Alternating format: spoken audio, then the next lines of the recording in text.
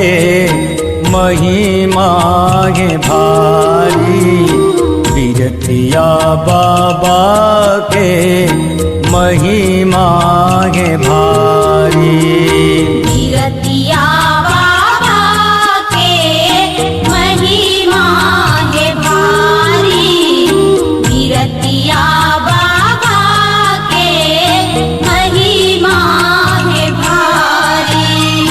राजेश कुमार जेखर है पुजारी, बिरतिया बाबा के महिमा है भारी, बिरतिया बाबा के महिमा है भारी।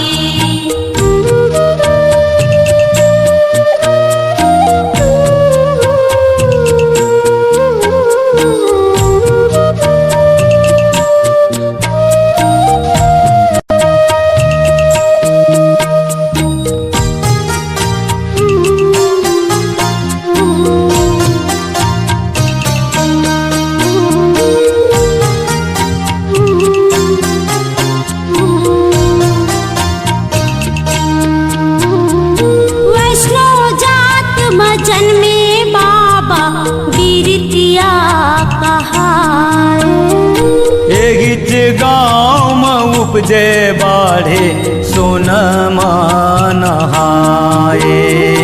वैष्णो जात में जन्मे बाबा बिरतिया कहाए, एहिच गाँव में उपजे बाढ़े सोनमा नहाए। जाओ बाबा तोर चरण के बलिहारी,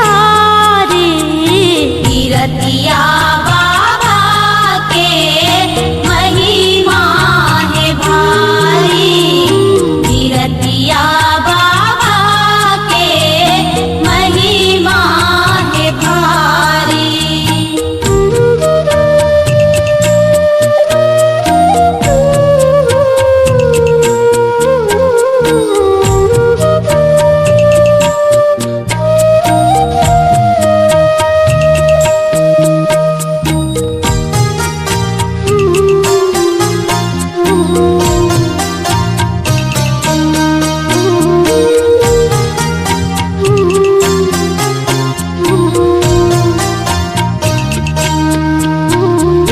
कथा केरा होया रे कश्यप भरत राम, मंदिर बनवाइस बिरतिया के धाम, कथा केरा होया रे कश्यप भरत राम।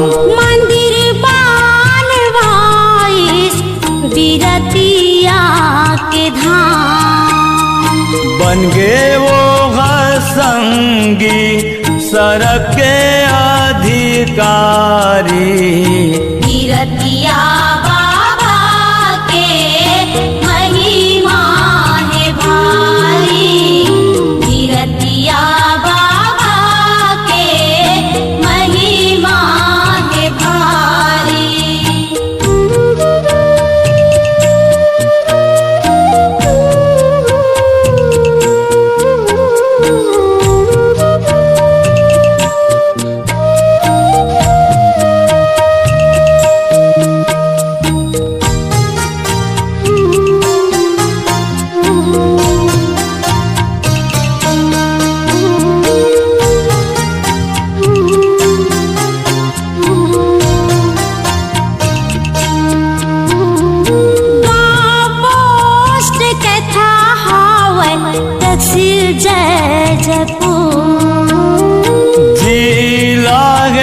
जांगीर चापा नये बहुत दूर, गाँव पोस्ट कथा हावै तहसील जय जयपुर, जिला है जांगीर चापा नये बहुत दूर। बाबा के दुआरी, पीरतिया बाबा के महिमा है भारी, पीरतिया बाबा के महिमा है भारी। पीरतिया बाबा के महिमा है भारी, पीरतिया बाबा के महिमा है भारी। राजेश कुमार जे खर गे पुजारी,